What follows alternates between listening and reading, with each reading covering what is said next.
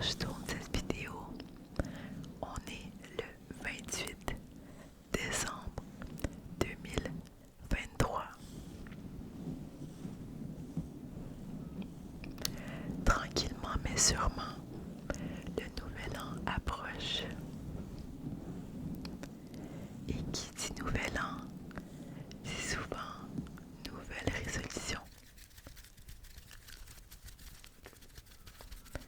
Je sais pas pour vous, mais pendant plusieurs années, je me suis donné des résolutions à suivre tout au long de l'année. Puis la plupart du temps, j'ai pas excellé, j'ai pas réussi du tout en fait. Parfois, il y avait peut-être un ou deux items que je réussissais à réaliser, mais en général, presque rien. Cette année, j'ai envie de, oui, me donner des objectifs, mais je veux être bienveillante envers moi-même. Pas me mettre trop de pression,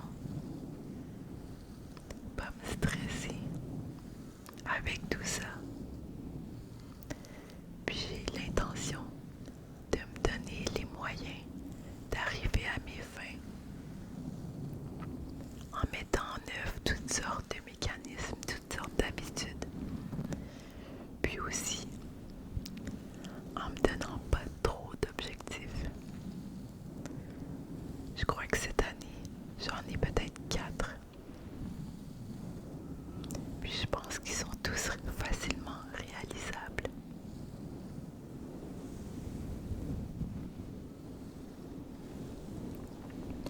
Avant de continuer, juste pour qu'on puisse se mettre dans l'ambiance de la réflexion et de la détente, je vais allumer une bougie que j'ai reçue à Noël de la part de mon mari qui sait à quel point j'adore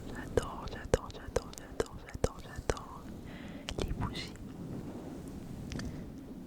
Elles sentent tellement bon. C'est une bougie au pommier et bois de chêne, faite en cire de soya. Je l'adore, je l'ai déjà utilisée. Alors je vous invite à m'accompagner dans l'allumage de cette bougie.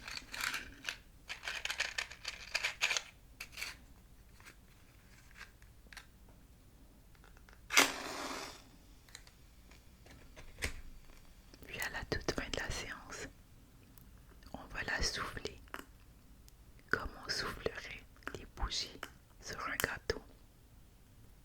Un peu comme un rituel, dans l'espoir que nos vœux et nos résolutions se réalisent cette année, en 2024.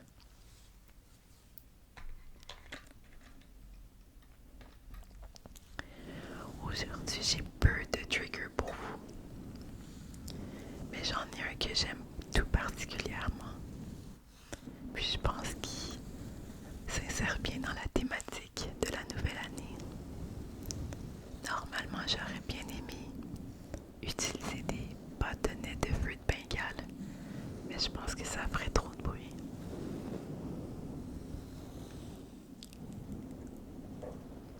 Donc aujourd'hui, je vais utiliser un bâtonnet lumineux que je vais craquer.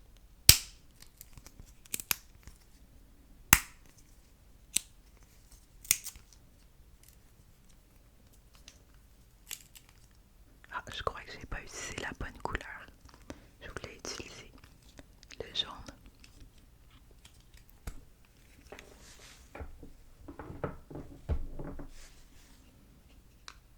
Voyons voir si c'est le bon. Ah oui.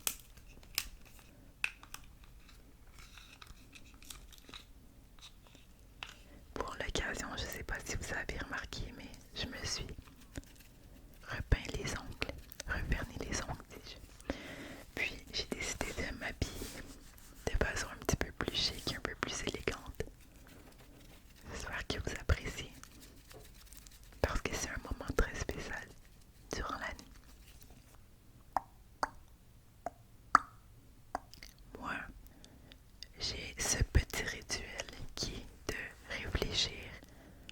sur ce qui s'est passé au courant de l'année en cours. Les grands moments de mon année sont les suivants. Donc j'ai débuté l'année malade malheureusement, mais j'étais en voyage en Colombie et en Équateur. Ça a été fabuleux, fabuleux, fabuleux, fabuleux, fabuleux. Malgré que j'ai été malade, je pense que j'ai jamais été aussi malade dans ma vie. Puis la Colombie, c'est un pays où j'avais toujours voulu aller. Puis j'ai enfin pu cocher cet item dans ma bucket list. Ensuite, puis rien de tout ça est dans l'ordre, mais j'ai acheté une propriété. Ça a été tout un périple, mais ça s'est fait. Puis maintenant, je suis très très heureuse de l'avoir acheté. Je n'habite pas dans la maison que j'ai achetée. Je la loue à des locataires, mais ça a été tout un investissement pour moi. Puis je suis fière de l'avoir fait. Je suis très satisfaite. On a des bons locataires jusqu'à présent. Et puis, dans le futur, j'ai bien l'intention d'habiter dans cette maison. Ensuite, comme vous le savez si vous me suivez depuis le début, j'ai commencé un traitement orthodontaire ou orthodontique. Invisalign, pour ceux qui connaissent, c'est un peu comme des broches, sauf que ce sont des gouttières transparentes.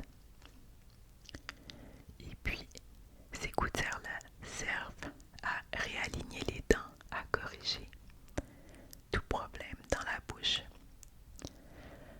Je pense que ça a été un petit luxe que je me suis permis parce que j'avais pas vraiment les dents très très croches. Mais j'avais deux palettes, donc mes deux dents d'en avant qui sont dans le haut de ma mâchoire m'énervaient en ce sens que elles étaient un peu croches. Puis la raison pour laquelle je dis que c'est un luxe, c'est que j'aurais pu vivre toute ma vie, toute ma vie comme ça parce que ce n'était pas majeur comme problème. Mais j'avais envie de m'offrir ce cadeau-là à mon âge parce que je prends pas souvent soin de moi. Donc je suis très heureuse de l'avoir fait. Plus récemment, je me suis inscrite à une course et cette course, c'est le demi-marathon. Moi qui ne suis pas du tout une joggeuse, moi qui déteste courir ou jogger, moi qui ai un cardio de merde, j'ai décidé, après avoir été fortement encouragée par mon mari, de m'inscrire au demi-marathon, ce qui équivaut à 21,1 km, si je ne me trompe pas. Donc pour moi c'est énorme, parce que la dernière fois que j'ai participé à une course à pied, j'avais fait 10 km, mais j'étais plus jeune. Je m'étais à peine entraînée, mais je l'avais réussi. Mais ça date d'il y a très très très longtemps.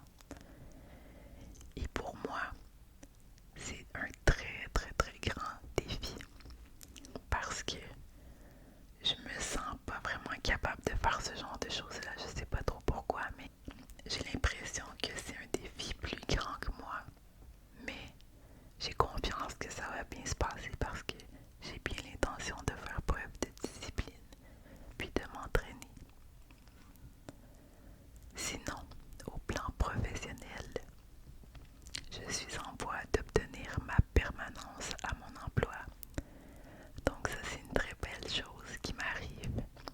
Je me sens reconnaissante. Je suis pleine de gratitude. Puis agréablement surprise d'apprendre cette nouvelle. C'est une bonne nouvelle. Un autre de mes accomplissements, c'est que je travaille sur mes chaînes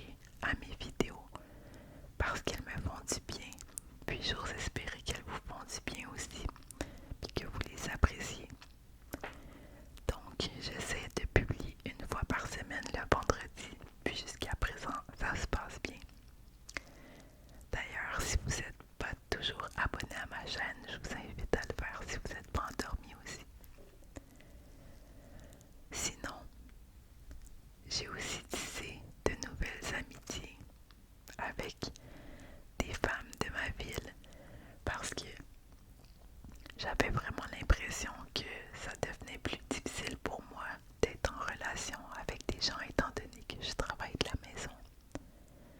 Puis aussi quand on vieillit, c'est un petit peu plus compliqué parce que on est entouré de gens qui ont des familles, qui ont des responsabilités plus importantes.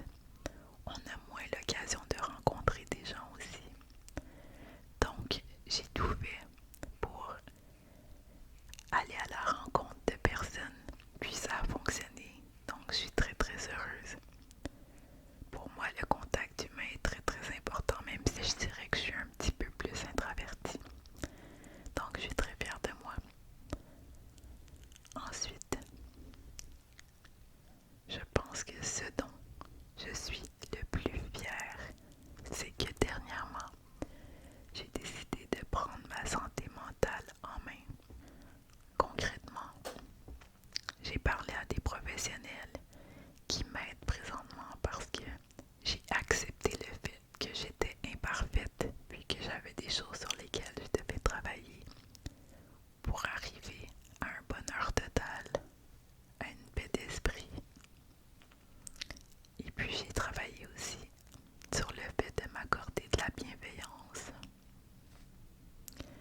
Donc ça c'est très très très important. Je pense que même que c'est l'item le plus important dans ma liste.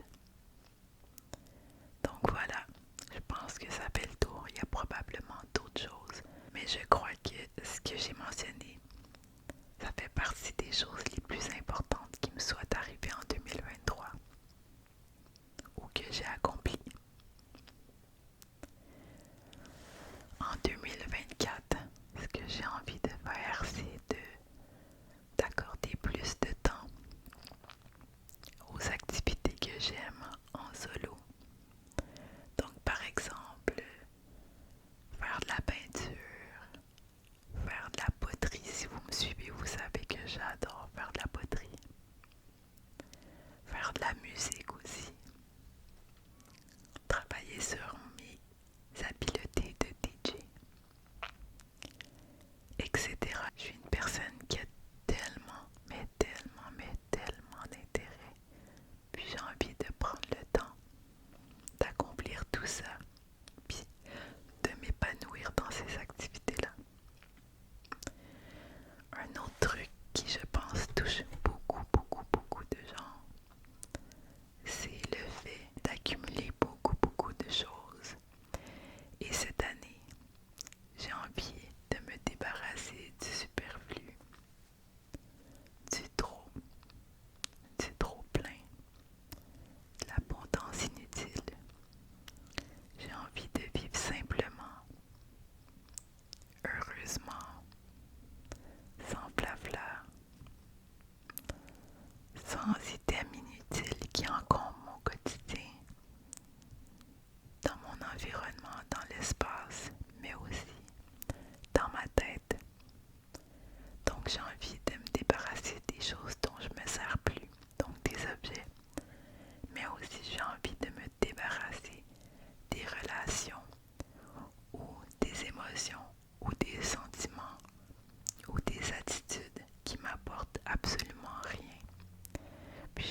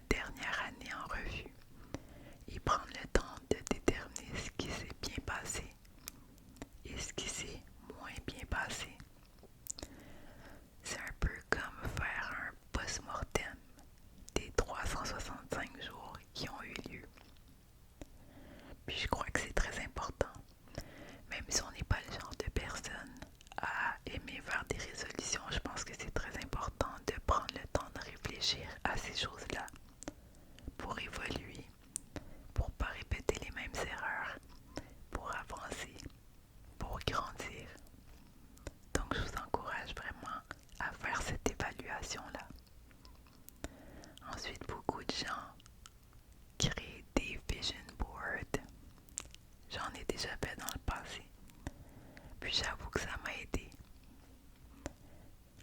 Souvent, j'ai pas réussi à tout réaliser, mais ça me donnait un petit cue visuel, un petit rappel de mes objectifs. Donc, si vous êtes une personne très visuelle qui aime bricoler, je vous encourage à le faire. Ensuite, certaines personnes aiment écrire sur un petit bout de papier les choses desquelles elles veulent se débarrasser, un peu comme je le mentionnais plus tôt. On peut vouloir se débarrasser d'objets, on peut vouloir se débarrasser de mauvais souvenirs ou de mauvaises habitudes. Ça peut être un peu n'importe quoi. Puis souvent, le geste symbolique, c'est de se débarrasser de ce papier-là, soit en le déchirant, en le gribouillant,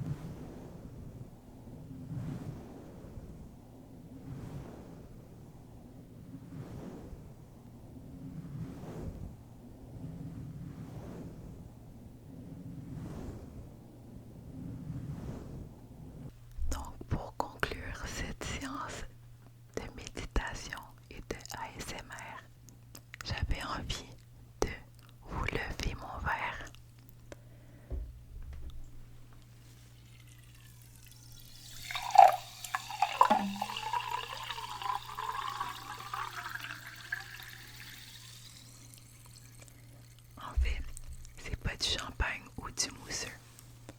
C'est vraiment juste de l'eau pétillante. Je lève mon verre à la dernière année qui vient de se passer. Je lève mon verre à la prochaine année qui est sur le point de débuter. Je vous souhaite énormément de bonheur, de joie, de santé, d'amour, de prospérité, de tout ce que vous voulez et tout ce que vous méritez. Je vous souhaite de prendre soin de vous. Je vous souhaite aussi d'être bien entouré et que vos proches prennent soin de vous aussi. Je vous souhaite plein de moments de rire aux éclats, des moments de bienveillance, des moments d'entraide, des moments de bonté, des moments de générosité, de la plénitude, de la gratitude, de la reconnaissance. Bref, je vous souhaite une belle vie et une très très belle année.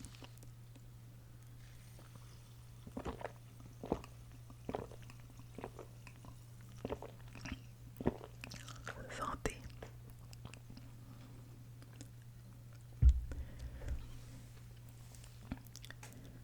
Maintenant, joignez-vous à moi pour souffler les bougies.